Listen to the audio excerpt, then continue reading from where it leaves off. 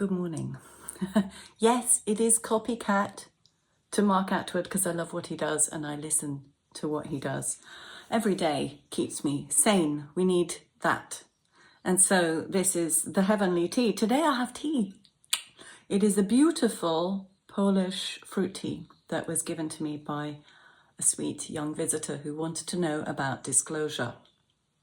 So she left with a list of references and YouTube channels and books that she could go and have a look at. I want to talk about intuition. It's Sunday morning. It's very beautiful out there. The birdies are singing. The seagulls are doing their thing. My cat had to endure me waking up all perky at 4:30 a.m. and having breakfast. And cat got her tuna. And then I went back to sleep again. I wasn't quite munter, that's a good German word, quite munter enough to turn the camera on at 4:30. So decided to go back and meditate, and of course I fell back to sleep again. And I'm meditating on something because I've got this intuition that I should connect with. There's a lovely person, I'm not going to give names, but she runs a very unusual, essentially, dance training in the southwest of England. So not in a city, in the middle of nowhere, in the middle of deep, deep countryside. She's sponsored by Hinkley Point and she does really well. She does amazing work for young people, mostly late teens. And I was just thinking, instead of just waiting here, suffering, because when you wait, you suffer. I haven't got a job here. I've just got selling my books, which is great, isn't it? But that's not really, in this day and age, books about new earth education is still not an income, sadly. Or beautiful books for your children to stimulate them into loving the elementals and nature. Still also not quite flying off the shelves, sadly, in 2026 with algorithmic freezing tactics. So I thought maybe I can work with her, and I've been getting dreams about working with little girls and boys dancing again, because I've taught 2.5-year-olds upwards dance in a very magical, creative way. It's a beautiful way of getting them into their bodies so that they feel their presence and their self-awareness. Dance and drama combined is even more delightful, because you create dancers around their own stories and you weave in their suggestions. It's magical. I adore doing it. So I'm going to follow my intuition on that, because yes, my intuition is to move to the States. I have intuitive conversation with my beloved man, because we're still not in real conversation because of we are in 2026. We are in the time when most of what is going on is behind the scenes, when most of the drama is hidden from us. And why is it hidden? Because we've got all kinds of beings running the show, and have for a long, long time. And you can't just come out and say, well, there's this matrix was created by the Anunnaki when they invaded a long, long time ago, and they took over from ancient culture, which was the giants. And then there was the Nephilim, and when the Nephilim were expunged, their spirits were left to walk the earth. And so you had a lot of darkness descend upon the earth, and the human beings have been leaping forward, coming forward, being decimated in various different population sweeps, sometimes alive, educated, aware and beautiful, like the Lemurians. Atlanteans started to lose it a bit. And then we've had various different conversations of history, time and the life of humans over the intervening years. And now here we are, 2026, the people who are in power, well, who put them there? That is the question, isn't it? We know a lot and we know very little at the same time. And we also know, when we know a lot, that a lot of things are up to us to follow, to decide, to see, and not only to chase the clues. Most of us are detectives, that's why we're awake. We've had to detect our soul, our emotional language, and determine, what does that feeling mean? Where did that feeling come from? Oh, Oh, it's jealousy. Oh, it's betrayal. Oh, it's because I was emotionally neglected, etc., etc. We've had to detect, we've had to be the detectives. And that's why we are the detectives in the disclosure movement. We put different things together. We listen to thousands of people whistleblowing and talking about their experience. We look behind, between the lines. And we know this is why all of the information is not coming out at once, because it would blow the minds. It would cause crazy town. And also imagine if people do believe in the government as some kind of useful entity, and then you say, but the government are talking to different levels of aliens and these inner earth beings and the Nordics and, oh yes, Antarctica. They go, you're talking a bunch of fairy tales, mate. Actually, that's not a very good accent. I can do really nice accents, but I hate that if I did my Essex one, that would be just horrible, wouldn't it? You're talking a bunch of fairy tales, mate. I just think it's one of the most ugly accents to do. So I'll have to do a different one next time, like Scottish maybe. I have to have fun. So do you. That's why you're here. Hopefully while you're drinking your tea, coffee, having a nice day. So that's why we can't tell everyone all at once, and we have to find out things, and we have to use our intuition in our lives, because the silent steering of the ship is essential. So sometimes we know a big aim. I am going to the United States to live because it's a better fit for me. And because it's a better fit, that is where the man I love lives. It's obvious, isn't it? Those things would go together. You wouldn't be attracted to someone who lives in another country unless that other country resonates with your soul. And yes, there is an awful lot of mess there, but it stands for freedom. May have lost some of it, but that is the core, and it is our job to bring it back. So the intuition is about following the path of our soul, the soul chatting through nightly dreams, through little impulses, I do a lot of card readings to just check, was I on the right track? I get messages from nature. The other day, it was so beautiful. I think I said this actually day one, but I was, feeling dejected. And I just had called in masses of grace into my entire being.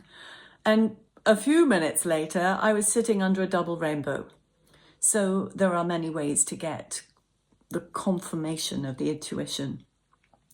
And when people say, but what is the intuition? I have to get close to the camera if I do this. I say it's that very tiny voice. Usually it is a small voice in your head. Some people hear it. Some people see images or, yes, have very clear dreams. Some people actually see it written in their minds. That's interesting. But some, it's just a thought form of appears in your mind. There are many ways of the intuitive voice coming to the fore. And what is the intuition again? Well, if it's an idea trying to percolate through the density of our neurons and our programming and the electromagnetic frequencies which are around us, and what does Laura Eisenhower call it? I've forgotten what she calls it. Basically the gates and the portcullises which are in the way from us reclaiming our full DNA, our full genetic switched onness. That means the full soul template.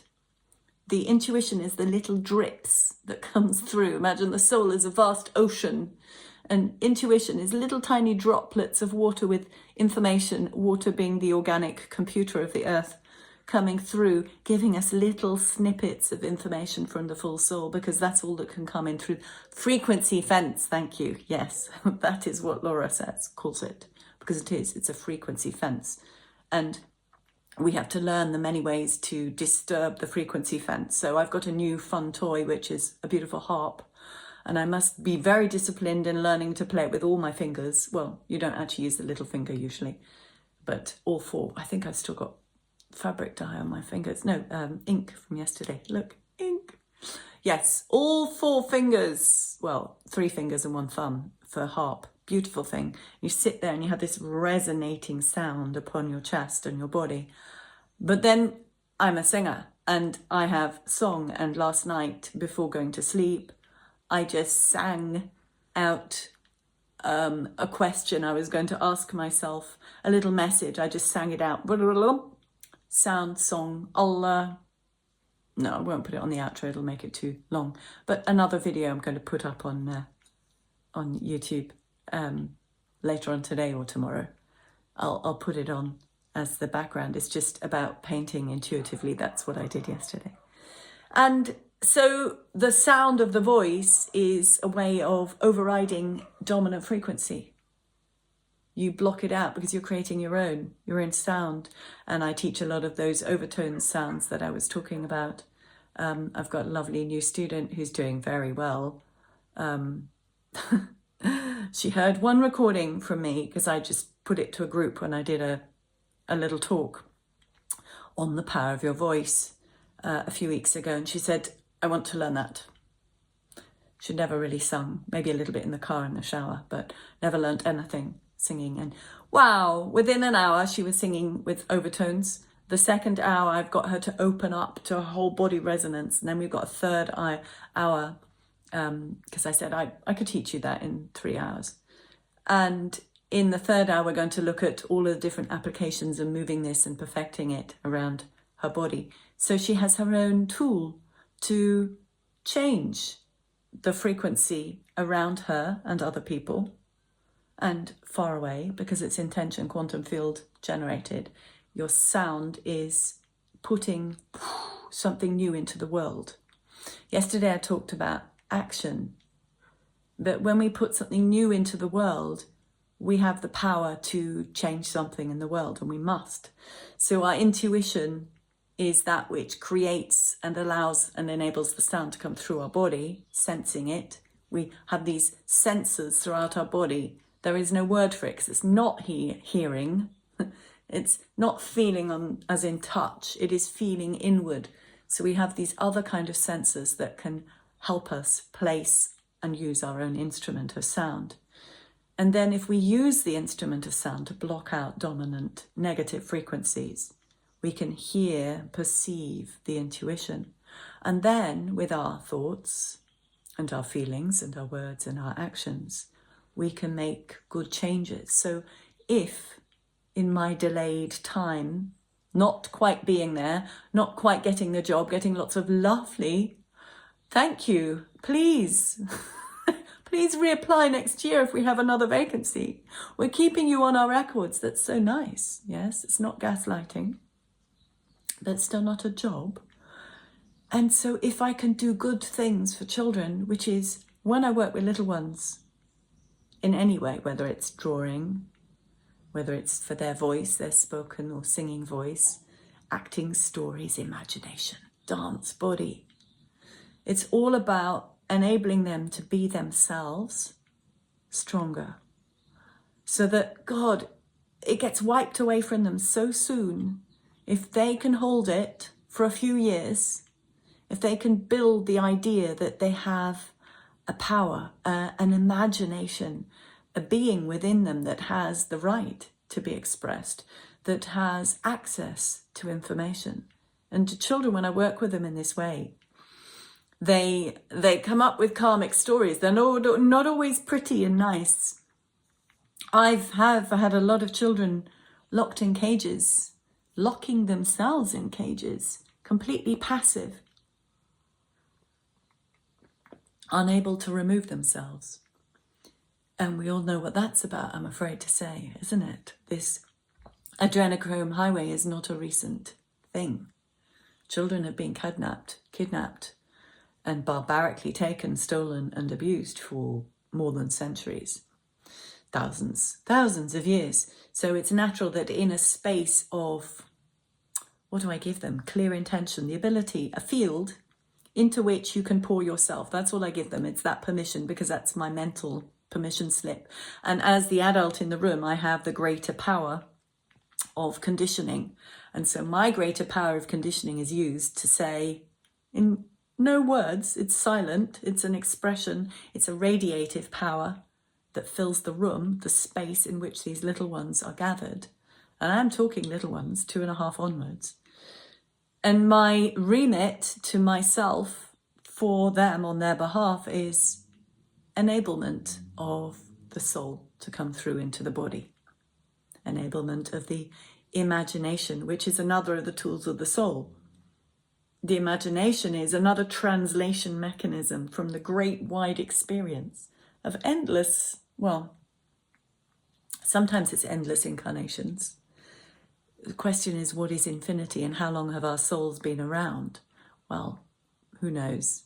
That's hard for us to access, but certainly there are seeming infinite levels of potential of soul experience for us to glean from. And when we allow that through in imagination story, it's obviously a mixture of creation and remembrance. But whatever comes through in the mind of a child, of a person, has the power to create in their present and to form in their present. And there is coincidence of why that particular piece of information from the previous soul journey has come through into the here and now, because it's needed. The soul knows much more, thank God, yes. Thank God, more than our little sweet brains do, because as the frequency fencing goes to everything, algorithmic processing of AI on social media systems, that's a frequency fence. You go to X, yes, it's free speech, but you only get more of what you look at. You have to actively bring in new impulses to find more, to open more of the labyrinth of X. So we only see, and we're so short-sighted. We need the intuition. We need to know how to listen to it. We need the tools of it. And the imagination is another part of it. And so the other stuff that I did yesterday, all the drawing and painting just for sheer joy and relaxation, is another tool which allows that information to drip through from the soul. It might be in color, it might be in form, it might be in drawing. You can actually, if you're left-handed, you can draw with your right hand and vice versa to allow in a state of quietude. It's a kind of meditation. So there are lots of different types of connection that I practice and teach and enable with children, because they're not encapsulated yet. They're not. They are still the closest beings we have to source energy on this planet. They are still malleable in terms of they're not calcified by what the world is. This is the world. Frequency fence. Bum, ba, bum, bum, bum. They are still beautiful, and it's possible to enable them to have a little bit of presence, a little bit of memory, and maybe a couple of keys to be able to turn later in life when they get to the place that they consciously want to operate from their curiosity. So thank you for having tea with me and the sunshine and the birds. And I am Dr. Isabel M.A.